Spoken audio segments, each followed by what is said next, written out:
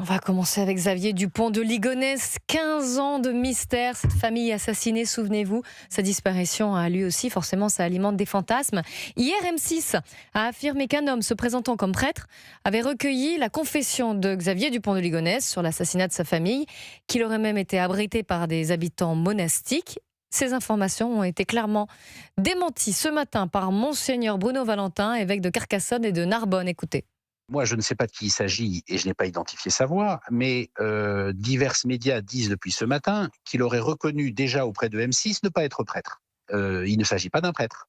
C'est mensonger pour les téléspectateurs. C'est diffamatoire pour moi. Parce que quoi qu'on pense du secret de la confession, c'est une règle interne à l'Église. Et donc moi, comme évêque, si vraiment j'avais donné une telle autorisation, je m'exposerais à des sanctions graves. Et puis, ça met en cause une communauté religieuse qui existe vraiment. Une fois de plus, on utilise l'Église comme point de cristallisation de fantasmes absurdes. Ça suffit. Alors d'ailleurs, il y a un représentant du monastère Saint-Pierre et de la communauté de l'Agneau à Plavilla qui a lui aussi démenti les propos tenus sur M6. Il n'y a jamais eu de frère Marc chez nous. C'est une affaire montée de toutes pièces. Fin de citation. Georges Fenech, c'est quand même étonnant cette histoire. Hein. Je crois d'abord qu'il appartiendra à la chaîne, à M6 et à Julien Courbet, de donner des explications complémentaires. Alors il a dit on s'est peut-être fait avoir. Oui, manifestement c'est le cas, mais ça pose quand même la question de la rigueur professionnelle et s'assurer toujours de la véracité à qui on a affaire, l'identité réelle, avant de donner une information de cette importance. Parce que l'affaire Xavier Dupont de Ligonnès, elle passionne les Français. Elle passionne depuis maintenant 14 ans. Cette tragédie, cet assassinat de toute une famille par le père, par le mari, et dont on ne sait pas s'il est en vie, on l'a pas retrouvé de corps, hein. On ne sait pas s'il est en vie, s'il s'est suicidé, et cette information, évidemment, dans une mission de grande écoute, d'une grande chaîne M6, ça trouble les esprits. Maintenant, après, on pourrait en reparler de cette affaire, si vous voulez. Je voudrais déjà entendre Sophie Audugé, parce que mais là, manifestement, ils se sont fait gruger, quoi. Ouais, l'évêque a annoncé son intention de saisir l'Arcom. Je comprends, oui. Oui, parce que Sophie Audugé. C'est vrai que ça engage quand même beaucoup de choses quand vous prenez, vous déclarez des faits comme ça qui n'ont pas été vérifiés. Heureusement qu'ils ont réagi très vite pour dire que ce n'était pas vrai, que ce frère n'en était pas un, etc. Parce que ça peut aller, ça a des conséquences évidemment en termes d'image pour évidemment l'Église. C'est pas neutre tout ça. Donc c'est vrai que la rigueur professionnelle, c'est quand même très important. Un moment en plus où on a discuté hier à l'Assemblée nationale de la levée éventuelle du secret confessionnel, vous savez. Ouais. Donc et c'est un hasard, peut-être une coïncidence, mais les catholiques, la religion chrétienne est très attachée au respect. Et finalement d'ailleurs, ce secret, ça a été rejeté. Voilà, ça a été rejeté et le secret de la confession perdure. Mais quand même, vous le disiez, vous vouliez revenir sur cette affaire. 15 ans de mystère, 15 ans de fantasme aussi. Hein. Oui, moi je me souviens, j'étais sur le plateau de CNews, cette fameuse soirée où on annonçait l'arrestation de Xavier Dupont de Ligonnès à l'aéroport de Glasgow, en Écosse. Et je crois que nous étions les seuls sur CNews à dire prudence, prudence.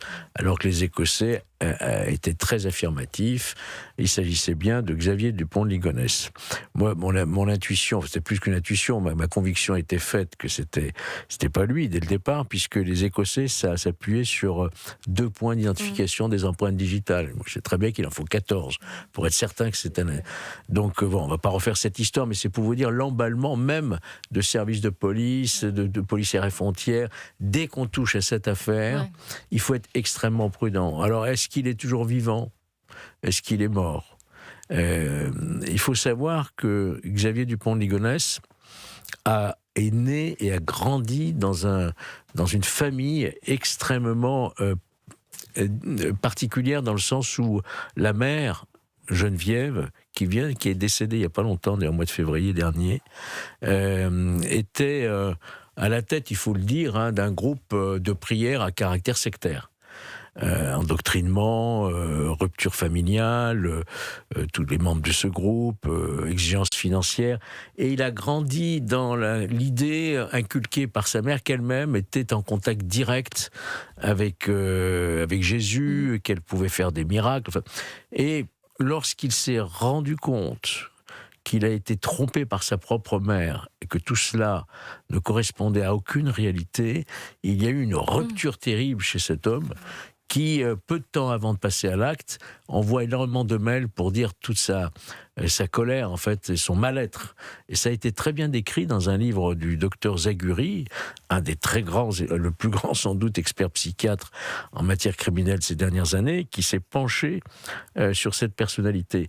Et le quotidien Ouest France a par contre soulevé une question vraiment crédible, intéressante, qu'il aurait pu continuer jusqu'en 2022 à alimenter un forum religieux, et par des expertises stylométriques très particulières, on peut se poser la question, est-ce que ce n'est...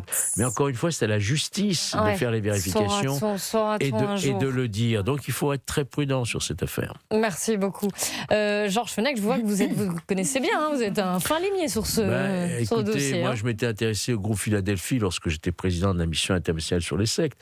Donc je connaissais cette histoire professionnellement.